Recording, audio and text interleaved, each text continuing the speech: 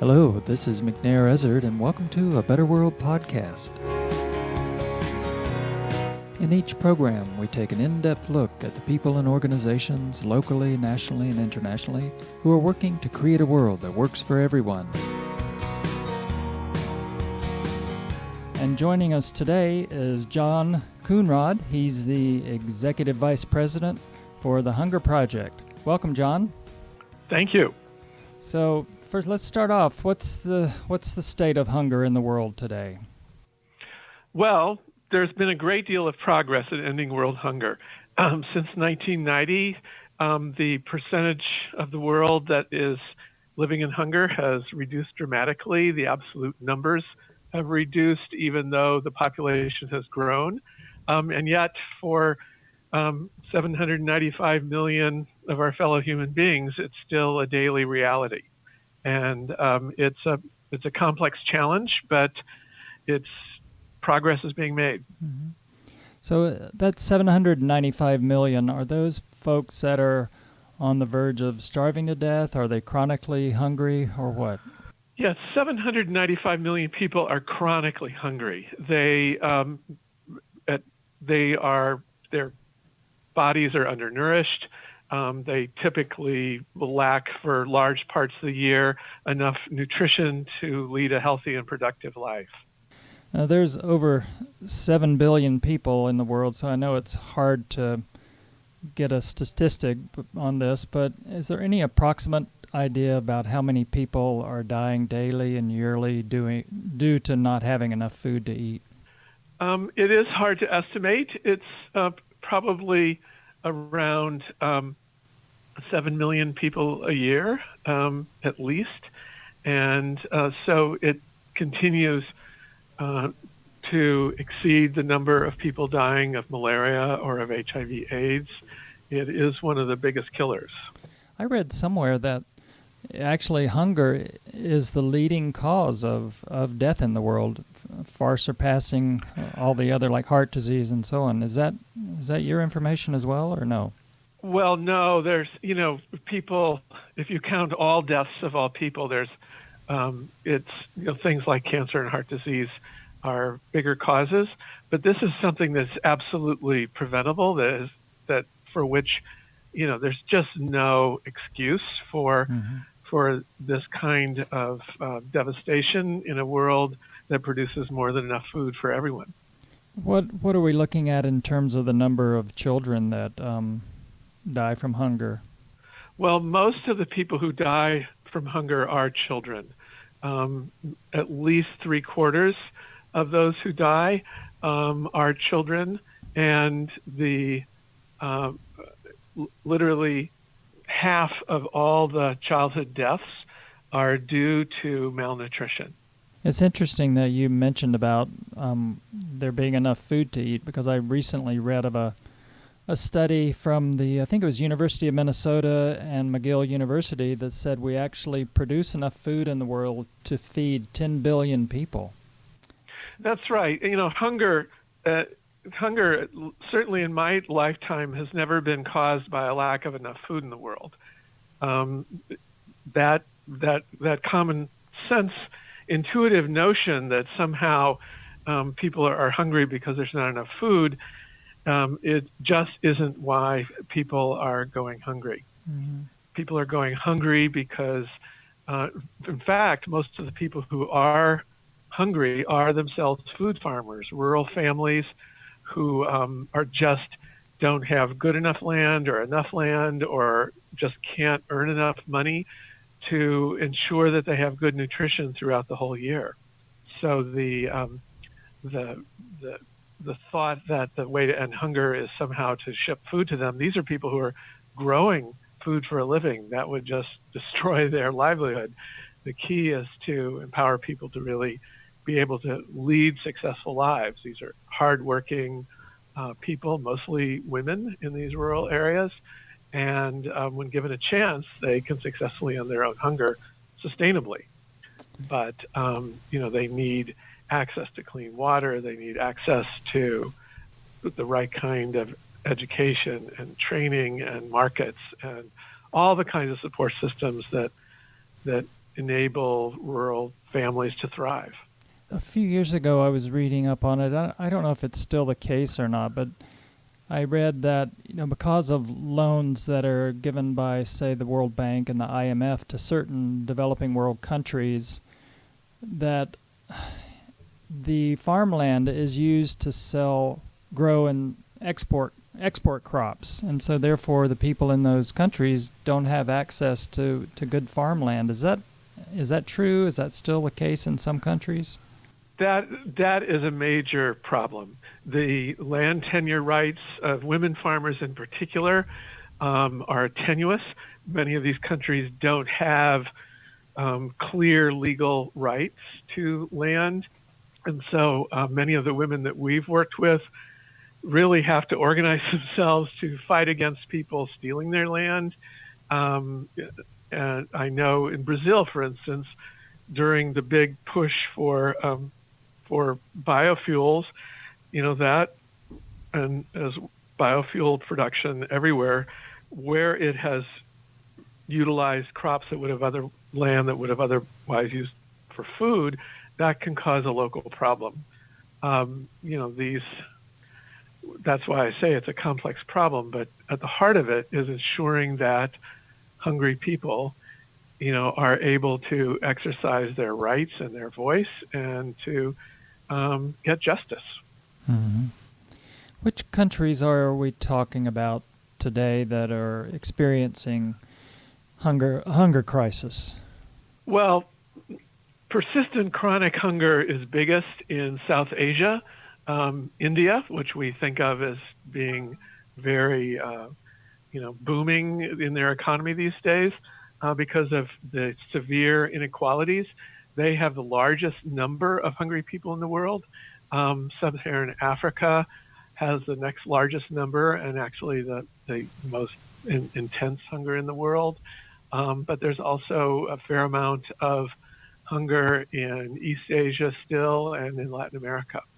But South Asia and Sub-Saharan Africa are where chronic hunger is the most pervasive. So in those countries, are they suffering? You talked a little bit about the causes of hunger earlier, but how much of a factor is like drought from climate change and that sort of thing affecting them? It is a big factor.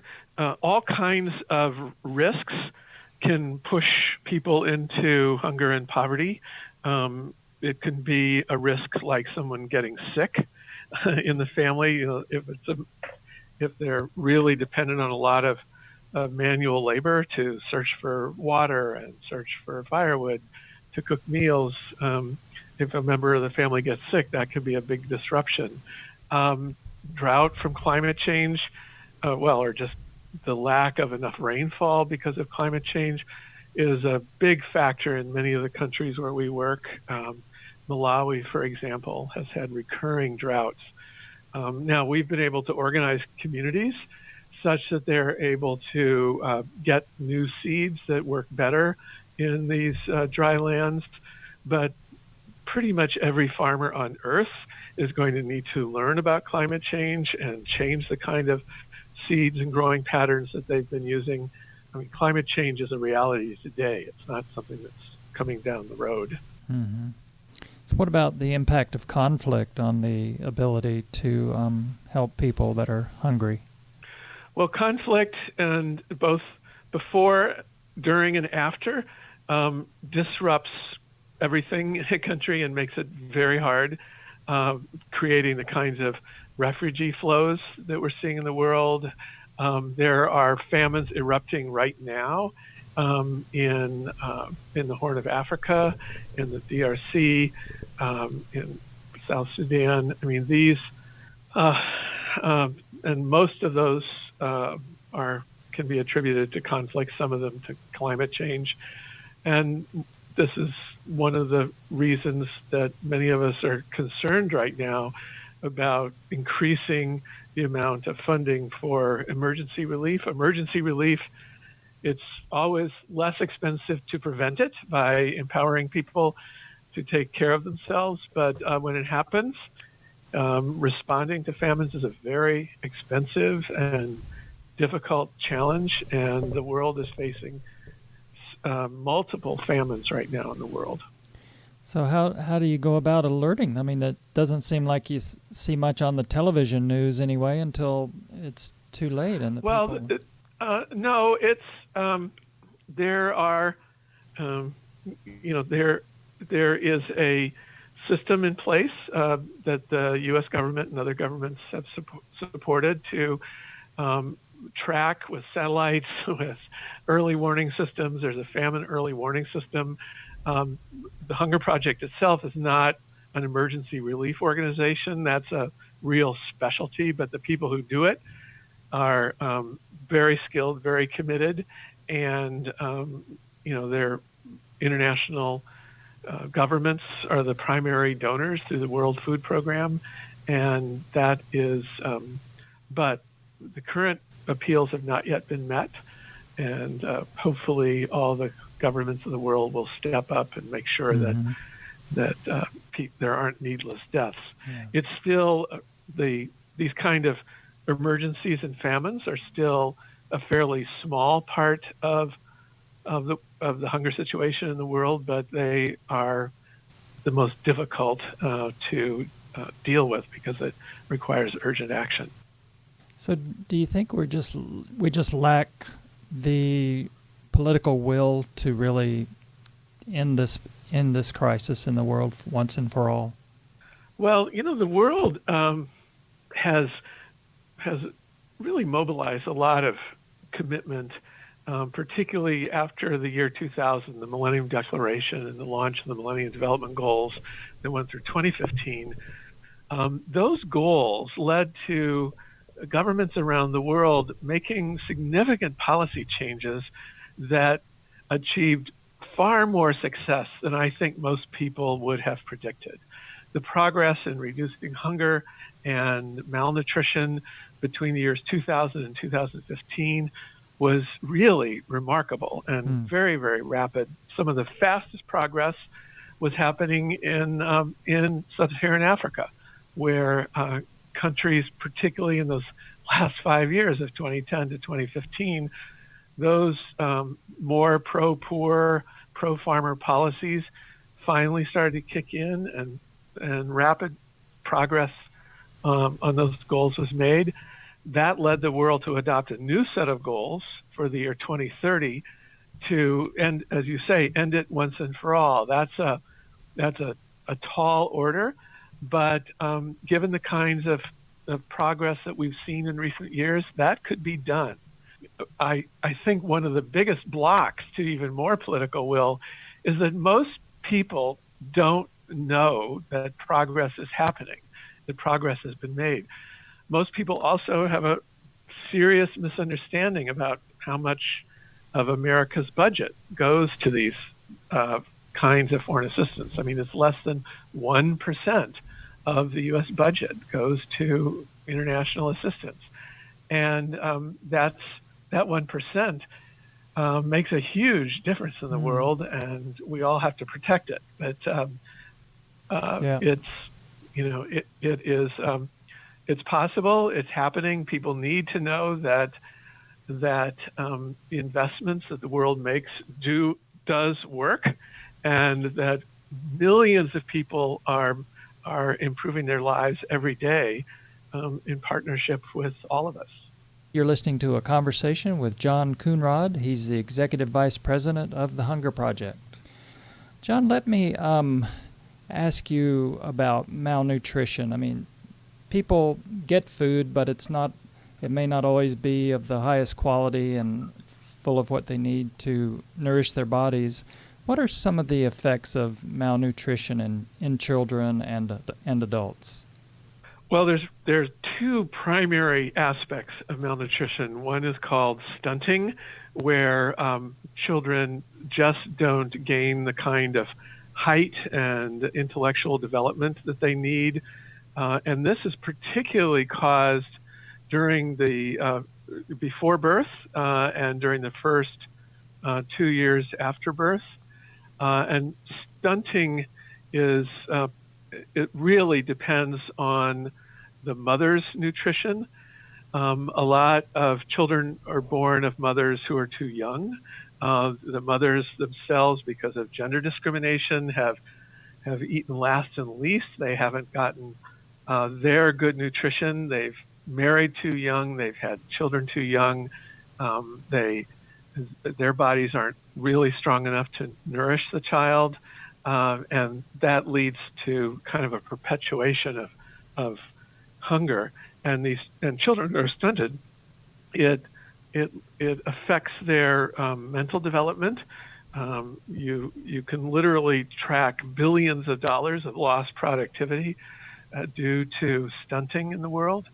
The other biggest form is called wasting, and that's when children usually a little later aren't getting enough food in a crisis situation, and wasting can really be fatal, and both stunting and wasting can lead to higher disease rates, higher incidence of cancer and diabetes and other diseases in life.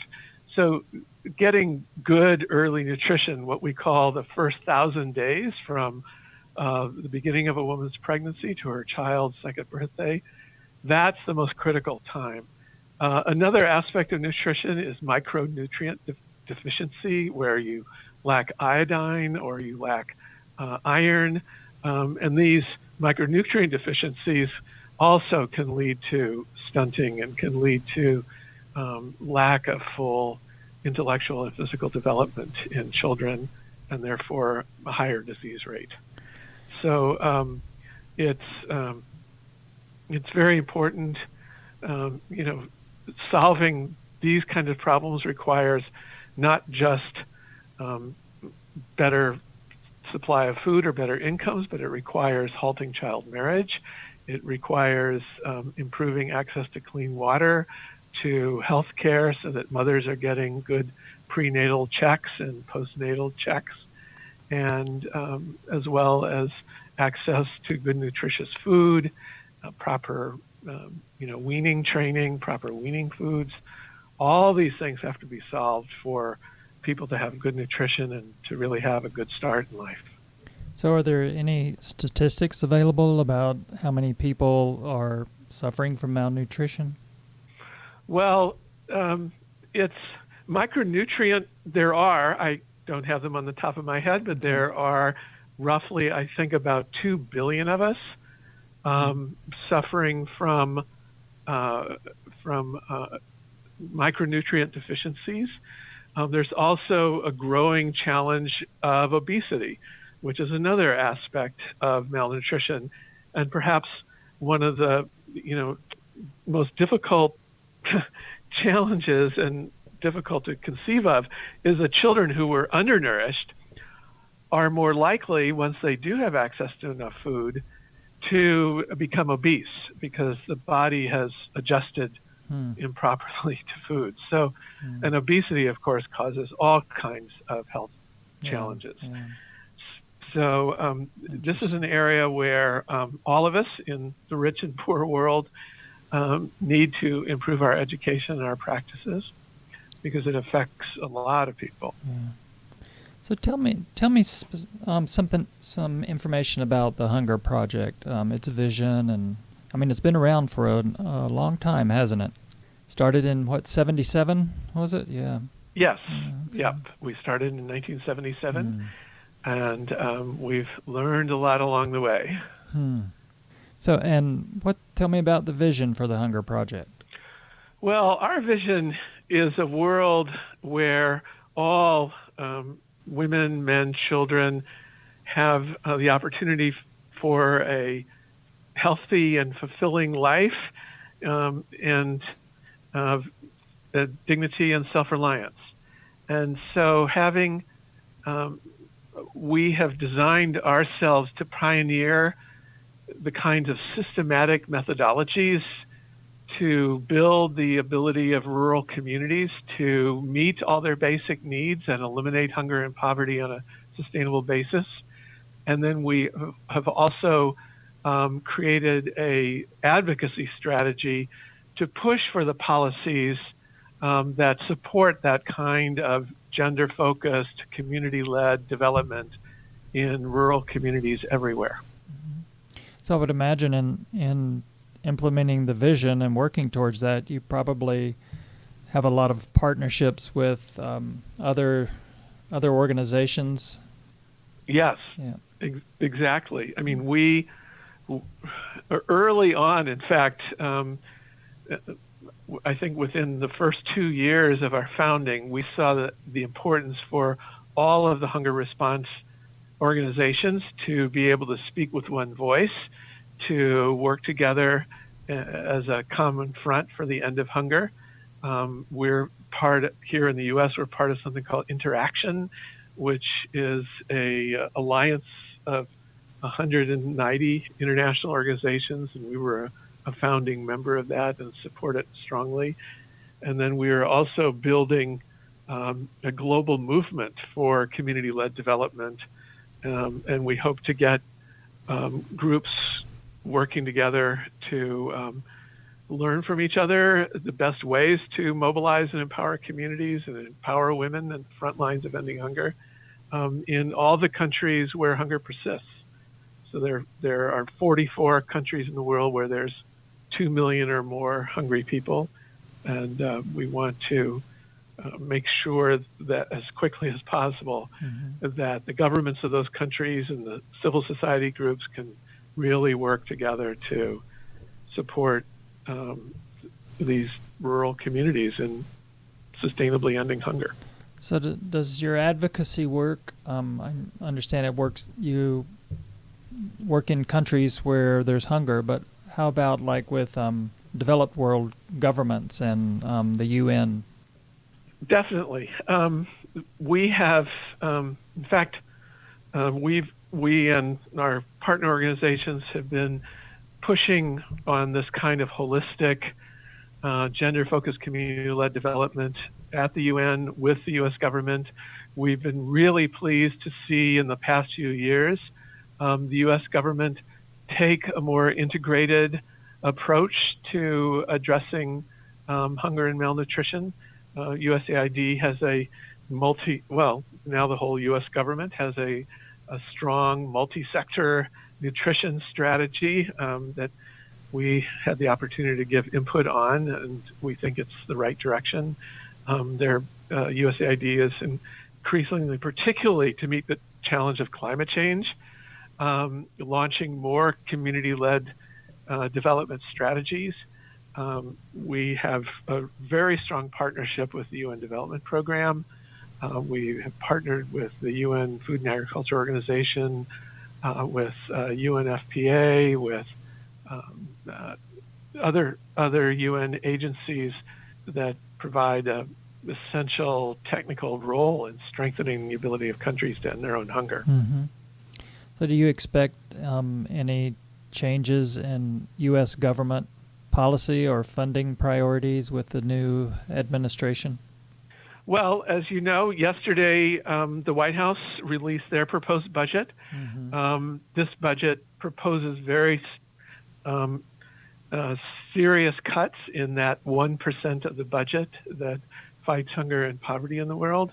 And so we are definitely hoping that mm-hmm. budget does not become the law of the land. The work of ending hunger has enjoyed very strong bipartisan support in the Congress, and so we are hoping that they will devise and pass a budget mm-hmm. that sustains that 1% of our budget that fights hunger and poverty. Yeah, and I would hope our listeners, would stay vigilant about that and let their representatives and senators know that this is important. We can't suffer any cuts like that. Yes. Yeah. Yes. On the Hunger Project website, it says that experts agree that ending hunger is an achievable goal by the year 2030, yet business as usual will not get us there, and that we need a new paradigm shift in how the world approaches development. What is business as usual? Well, business as usual has been a lot of very narrowly defined top-down projects. So it might be a project that helps dairy farmers in one country, and it might be a project that helps improve water wells in a country, or it might be, there have been a lot of these narrowly defined, fairly short-term projects. The problem with those is that ending hunger and poverty really requires a community to have a comprehensive set of basic services. There's a lot of evidence that no woman ever escapes extreme poverty if she doesn't have access to health care and clean water and woodlots. And so the top-down projects might, make a contribution in an area for a while in a particular sector. But what really ends hunger is when a community, just like our communities, in fact, the week after Easter, I got to visit your area. We vacationed near Asheville for a week. And, you look around your community and it needs to have everything. If you just came in and did a literacy class for women, yet the poorest women are spending all their time searching for firewood, that's not going to work.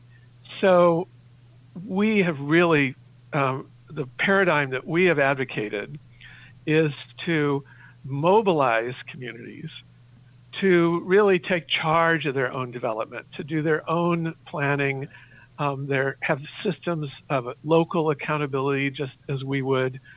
If your sewers back up, you don't want to have to go to the U.S. Congress to get them fixed. You are expecting local government to handle that. But in the poorest countries, these local communities, and some of them don't even have local governments. If they have a local government, it is starved for resources.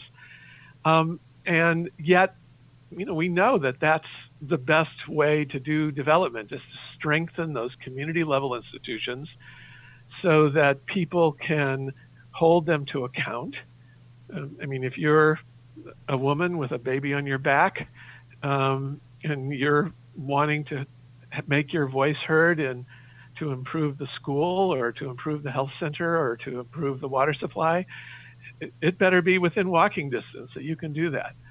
So we need for participatory local democracy, for local governance to really work, for people to be organized in their local civil society groups to hold that local government to account. And then those communities need a big enough share of public resources that they can fulfill those goals. So that's a big shift of shifting from sort of top-down handouts to really strengthening the community level institutions through which people can solve their own problems and make sure that they stay solved. Yes. I think most people in the world don't want the handout. They want to be self-sufficient. Absolutely. Absolutely. Okay, you're listening to a conversation with John Coonrod. He's Executive Vice President from the Hunger Project, and you're listening to A Better World, and we'll return with our guest after this musical break.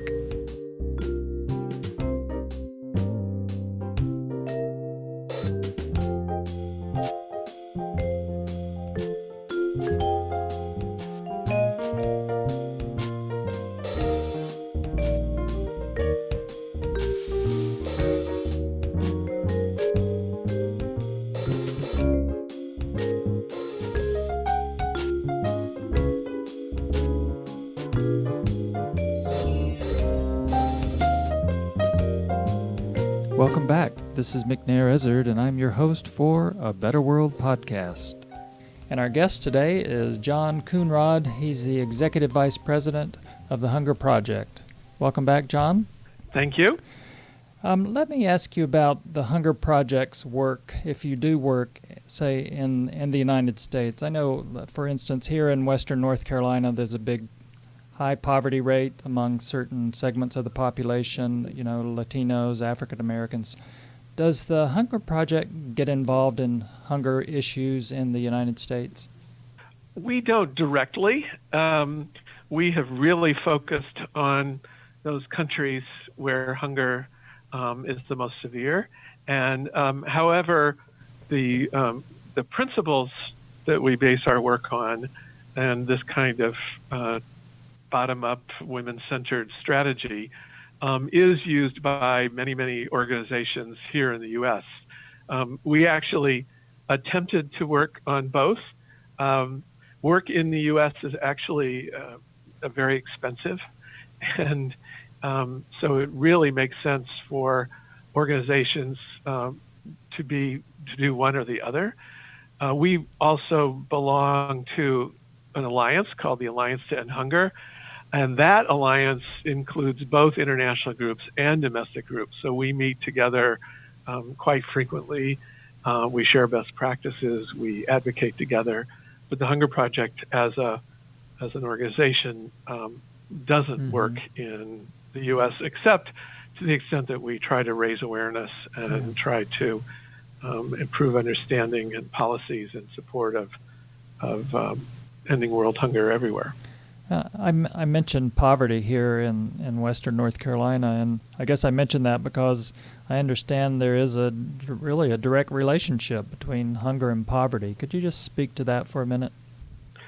Well, the two are very interlinked.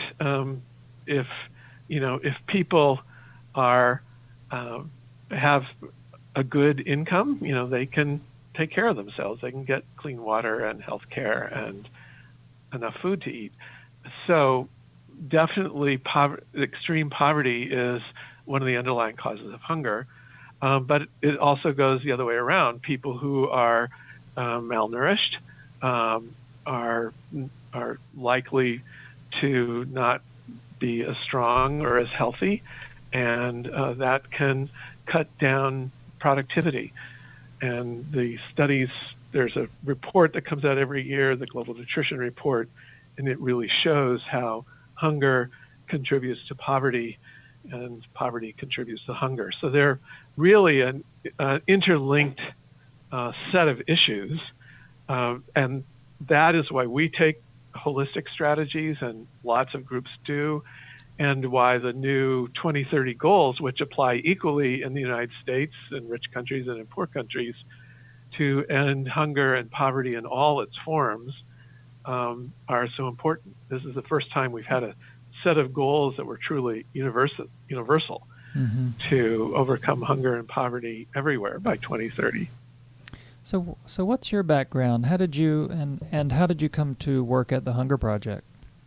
Oh, well, a fairly unusual journey. I was a research physicist. And while I was in college, there was that Bangladesh famine. In fact, one of the Hunger Project's founders, Robert Fuller, was a volunteer during the Bangladesh famine, and that's what led him to be such a passionate advocate for ending hunger. While I was in graduate school, the Hunger Project was formed. So as I finished my degree and began working as a research physicist, I also was volunteering for the Hunger Project.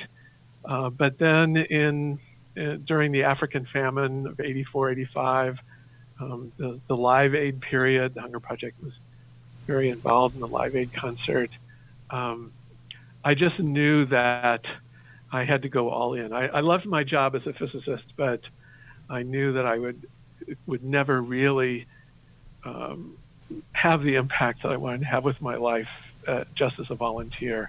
I would need to devote my whole life to it. Yeah. Well, in your current work, what do you ever have frustrations and with this work? Oh, daily. I don't think anything worth doing doesn't come with a lot of frustrations. Certainly, the kind of horrific inhumanity, particularly of the mistreatment of women, that is, from our perspective, the biggest cause of hunger in the world.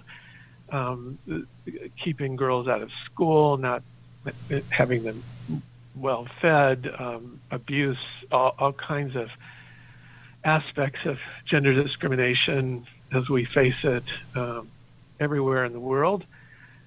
is particularly frustrating because you see how bold and how powerful women can be as change agents for a world free from hunger when they find their voice, when they get organized, when they have the support of their families to really step out and to make a difference in their communities. So a lot of our work is to unleash this kind of power and leadership that is in the heart of every person, and particularly is there in the women and girls of our world who have been systematically denied voice in the decisions that affect their lives for so long. I mean, that's a major focus. That's a major focus, isn't it, in India, where you're working with local women? And yes, South Asia has the most deeply entrenched discrimination against women and girls, and but it's true everywhere. We've heard certainly plenty about it here, and I feel that we are alive at a time when humanity is really tackling this issue, the aspect of our ability to work with each other as human beings, as full equal partners in making a better world.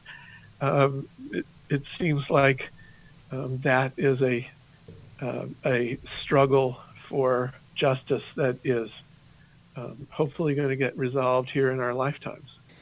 John, are there certain countries in the world who are better than others at providing assistance to help end world hunger? Well, yes, there's a group of 20 countries. They're called the OECD countries, and these are the donor countries, UK, Germany, Japan, all the countries that give international assistance. There has long been a international goal to have at least 0.7%, hopefully 1% of GDP go to this kind of assistance. The United States, in fact, in terms of the percentage that we give to foreign assistance, even though as the richest country in the world, our total amount is very large, the percentage that we give is near the very bottom.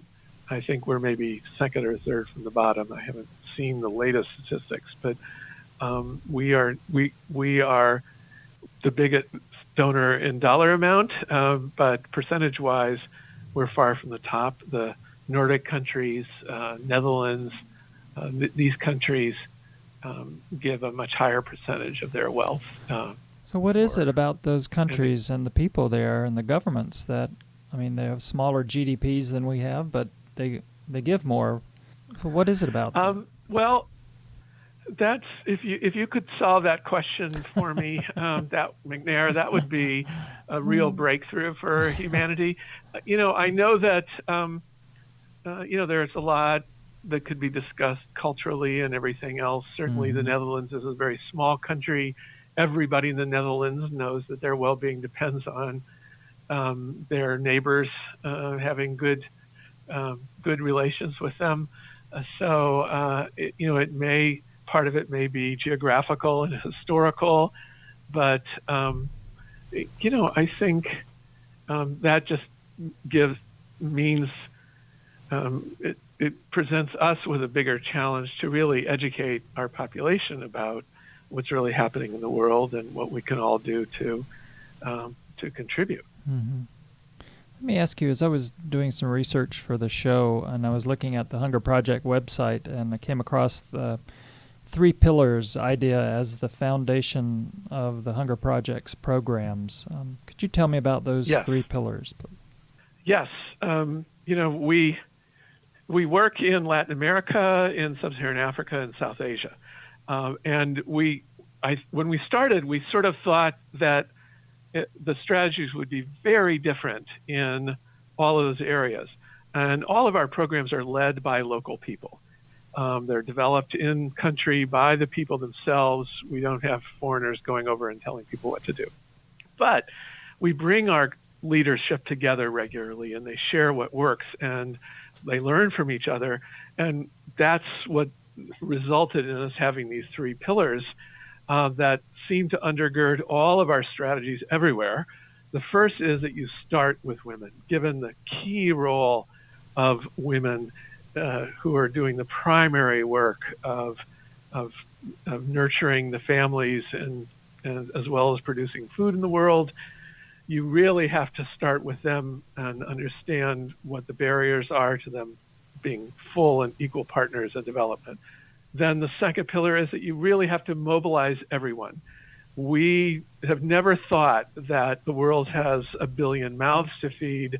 We've always thought the world has 1 billion people whose productivity and hard work needs to be unleashed, needs to have the opportunity to solve their problems on a sustainable basis.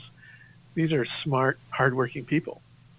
And the third is engaging local government, having those mobilized communities in a really constructive partnership with their local government so that things like schools and health centers and water supplies and training farms and markets, that all of that can work. And so all of our strategies everywhere in this umbrella that we call gender-focused community-led development all start with women, mobilize everybody, and engage the local government. And that's what we found works. It also said one of the first activities of the Hunger Project when you go into a community is the vision, commitment, and action workshops. What gets accomplished in those workshops? Well, as is true for people everywhere, you get into a certain mindset when you and your family have been trapped in poverty for centuries. You get pretty resigned and pretty hopeless about, and in many countries, people just decide that somehow poverty has been their destiny. And so this workshop, which is sort of the first step of community mobilization, takes people through a process of thinking this matter through, really realizing that they do have a vision for how they want their community to be, that they can analyze that vision and see how much they could themselves do to improve things if they were, organized together and really take it on, really commit to it. And then once people realize that they could take charge of their own development, start making a difference, then they get organized to take some initial action that doesn't require outside help, that they can win at very quickly.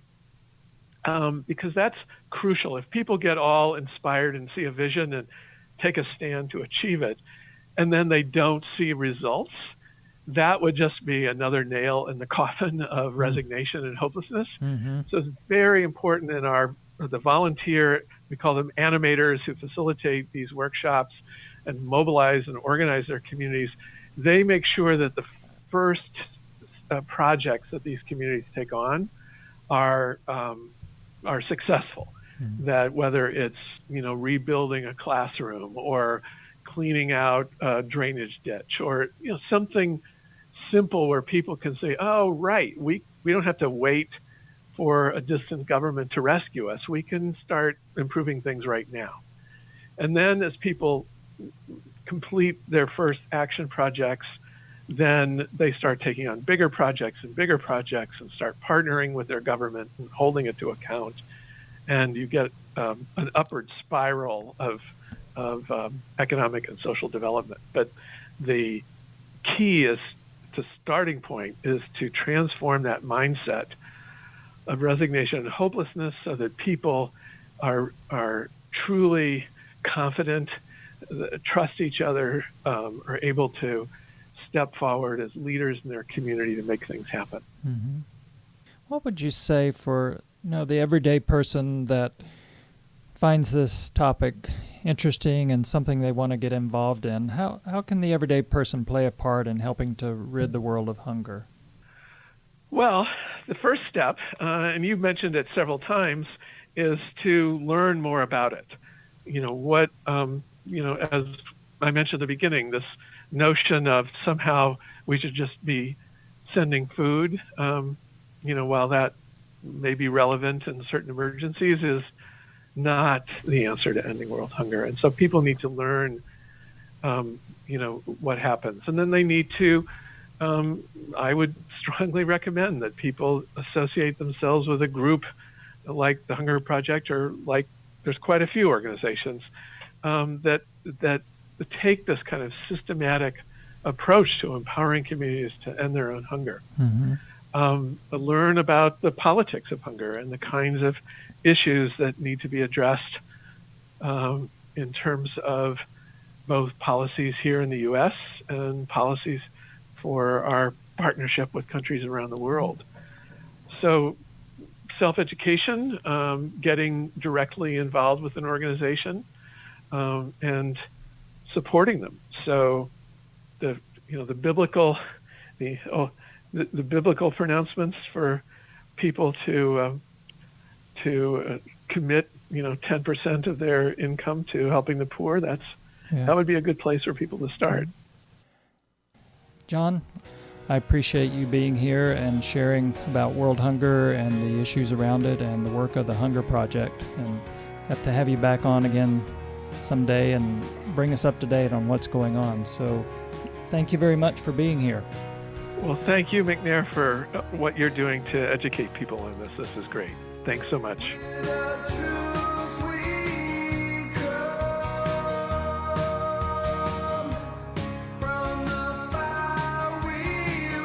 We've come to the end of another program here on A Better World podcast, a program that looks at the people and organizations who are working to make a positive difference in our world.